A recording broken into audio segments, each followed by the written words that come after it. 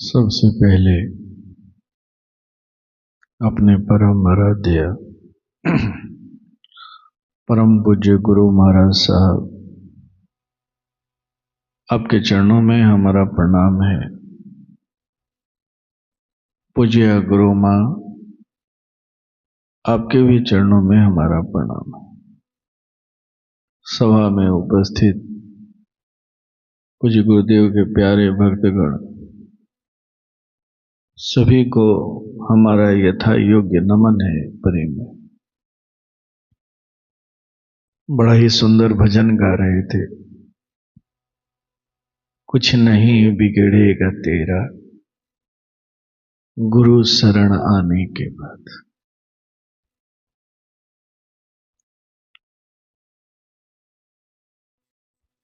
यही सच्चाई है। जब तक हम अपने आप को गुरु में मिटा नहीं देते, तब तक हमें कुछ भी नहीं मिलने वाला, कुछ भी नहीं। एक बार की बात है, एक गाय और एक बाघ, दोनों को प्यास लगी हुई थी। गाय जंगल में चरने के लिए गई थी और बाघ भी जंगल में ही रहता है। वो भोजन की तलाश में था, दोनों ही भोजन की तलाश। काफी गर्मी थी, धूप था और दोनों को प्यास लग गई। अब प्यास बुझाने के लिए वो जल के तलाश में निकल गए। बढ़ते बढ़ते सबसे पहले गाय को एक सरोवर दिखाई दिया।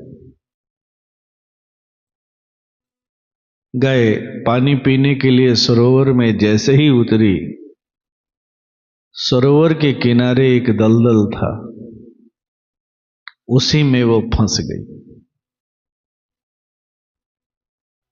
पानी तक तो नहीं पहुंच पाई, लेकिन दलदल में बुरी तरह से फंस गई। अब जितना भी निकलने का प्रयास करती, उतना ही फंसते चली जाती। थोड़ी देर के बाद जल की खोज करते हुए बाघ भी पहुंच गया। तो बाघ जैसे ही किनारे पहुंचा, उसे खुशी का ठिकाना नहीं। अरे यहां तो दोनों चीज उपलब्ध है, भोजन भी है और जल भी है। भोजन भी है और जल भी। तो सोचा कि पहले प्यास बुझा लें और आराम से उसके बाद में इस गाय को मार करके खाएंगे।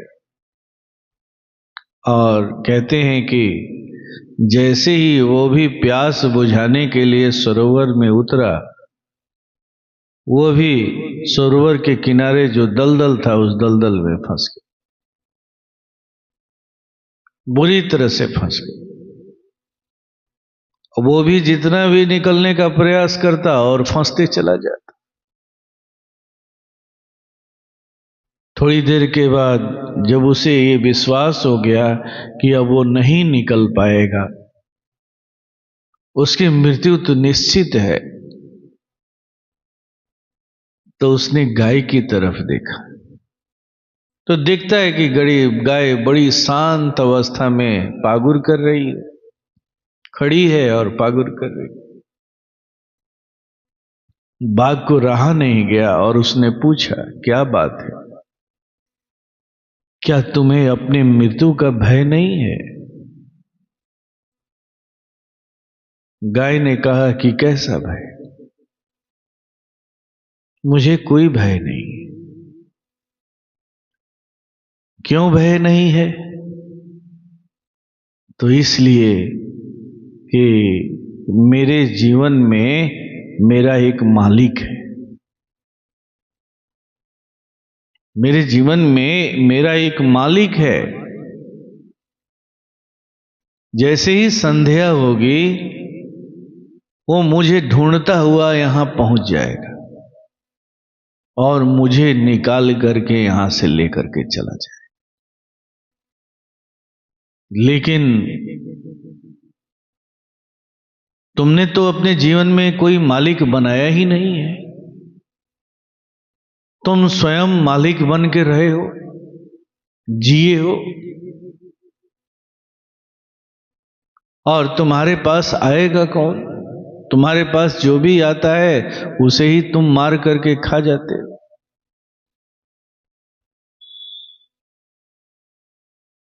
गाय की बात सुन करके बाघ निराश हो गया। ठीक हूबहू यही स्थिति हम लोगों के साथ है। जिसने अपने जीवन में मालिक बनाया है, गुरु बनाया है, अपने जीवन को सुपुर्द कर दिया है, उसका काम कभी नहीं बिगड़ने वाला, कभी नहीं बिगड़ने। सहजोबाई का एक बड़ा ही सुंदर प्रसंग है। कहते हैं कि सहजोबाई बहुत बड़ी गुरु भक्ता हुई, बहुत बड़ी गुरु भक्त, और उसने समझा था कि गुरु का महत्व क्या है। एक बार वो अपने कुटिया में बैठ करके गुरुजी के आने का इंतजार कर रही थी। उसकी ड्यूटी थी सुबह शाम गुरु के लिए भोजन परोसना, उनकी सेवा करना, उनका ख्याल रखना। तो ऐसे ही अपने कुटिया के बरामदे में बैठी हुई थी, गुरुजी का इंतजार कर रही थी। तभी कहते हैं कि वहां पर भगवान प्रकट हो जाते हैं। भगवान को वो देखती है एक नजर, और देखने के बाद थोड़ी देर के बाद वो नजर हटा लेती है। भगवान भी देख करके आश्चर्यचकित है। अरे भाई, मैं जहां जाता हूं मेरे पीछे लोग टूट पड़ते हैं, लेकिन ये कैसी है जो मुझे देख करके भी थोड़ा भी भाव नहीं दे रही है, अपनी नजर घुमा ले रही है। अब कहते हैं कि भगवान के अंदर में खलबली मच जाती है। वो पूछते हैं, क्या बात है, मैं तुम्हारे दरवाजे पर आया हूं कि क्या तुम मेरा आतिथ्य नहीं करोगी? सहजोबाई ने हंसते हुए कहा कि मैं जानती हूं आपको, लेकिन मैं जब भी देखना चाहती हूं आपको तो अपने गुरु के माध्यम से ही देखना चाहती हूं। आपको गुरु से हट करके अकेले नहीं देखना चाहती। जब भी चाहती हूं तो गुरु के माध्यम से ही देखना चाहती। इसीलिए मैंने अपना मुंह फेर लिया। भगवान उसकी बात सुनकर के हैरान हो जाते हैं। फिर वो पूछते हैं कि अच्छा यह बताओ, जहां भी मैं जाता हूं कुछ न कुछ देता हूं, अब आ गया हूं तो चाहता हूं कि कुछ तुम्हें दे दूं। बोलो क्या चाहती?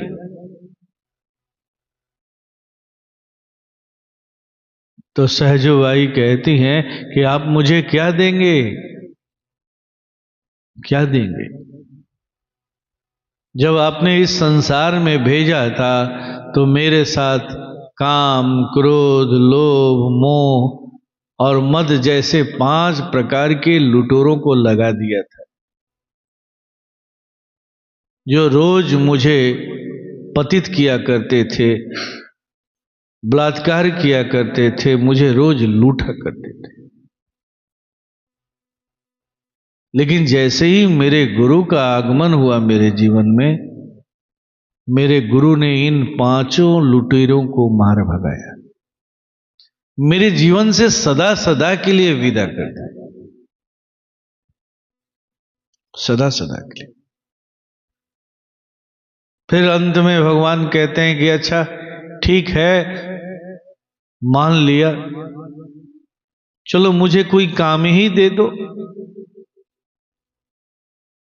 तो उसने कहा कि एक काम है, जब मेरे गुरुजी आएंगे और जब मैं उन्हें खाना परोसूंगी, तो आप उस समय पंखा झेलना।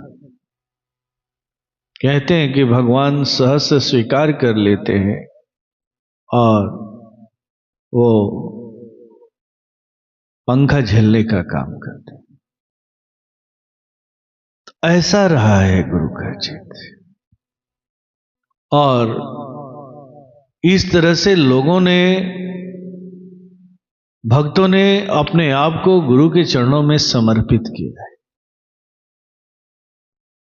जब तक ऐसा समर्पण नहीं होगा तब तक कुछ भी नहीं मिलने को है, कुछ भी नहीं। इसी बात को भजन में कहा जा रहा था, जब तक आप गुरु शरण में नहीं आएंगे तब तक कुछ भी नहीं मिले। ये जो साधना है हमारी परम पूज्य गुरु महाराज साहब ने जो दी है, वो इसी की साधना है, गुरु के शरण में जाने की साधना, गुरु के शरण में उतरने की साधना। हम मंत्र बोलते हैं, मंत्र बोलने और सुनने से क्या होता है, तो गुरु की ऊर्जा स्पंदन के रूप में, तरंग के रूप में सामने आती। अब उसे एक टक निहारना है, देखना है आश्रित भाव से,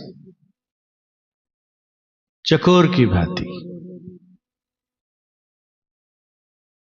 और जैसे ही जब हम आश्रित भाव से उसे निहारते हैं, कोई मन में विचार नहीं है, कोई हलचल नहीं है, कोई कल्पना नहीं है, कोई अनुमान नहीं है, और जैसे ही आश्रित भाव होकर के उसे निहारने की क्रिया करते हैं, तुरंत हम उसके आनंद में डूब जाते, खो जाते। यही तो है गुरु का आश्रय। और फिर उसके बाद एक से एक घटनाएं घटने शुरू होती, एक से एक अनुभूतियों का दौर शुरू होता है। जैसे ही गुरु शरण में गए, गुरु को स्वीकार किए, वैसे ही अनुभूतियों का दौर शुरू हो गया। तो ठीक ही कहा गया है कि कुछ नहीं बिगड़ेगा तेरा गुरु शरण आने के। जब भी कुछ होगा आपके जीवन में, तो गुरु शरण में जाने के बाद ही होगा। कुछ अगर प्राप्त होगा तो गुरु शरण में जाने के बाद। आइए वो क्रिया करें, हम लोग वो साधना करें जो परम पूज्य गुरु महाराज साहब ने हम लोगों को बताई है, दी है। उसके लिए आवश्यक है कि आप लोग सीधी तरह से बैठ जाएंगे, कोई फेर बदल नहीं करेंगे, कोई परिवर्तन नहीं करेंगे, कोई जोड़ घटाव नहीं। जो लोग नए हैं उनके लिए क्रिया निवेदन कर दे रहा हूं। श्री राम मंत्र का उच्चारण करेंगे। मंत्र को कैसे बोलना है, तो मन ही मन बोलना है, फिर सुनना है। बोलने सुनने से जो स्पंदन या तरंग आपके अंदर में पैदा हो रहा है, उसी को देखना है। देखते देखते एक अवस्था आएगी, देखत तुम ही हो जाई, जैसा कि मैं अभी चर्चा कर रहा था। जैसे ही आश्रित भाव होकर के आप उसे देखने की क्रिया में जाएंगे, आप भी वही हो जाएंगे जो वो है। आपको सब कुछ प्राप्त हो जाए, सब कुछ प्राप्त होने के आप अधिकारी बन जाए। क्रिया इतनी सी है। इसके पहले गुरुवंदना होगी। जैसे ही गुरुवंदना समाप्त हो जाए, मौन होकर के इस क्रिया को करें। ओम शांति।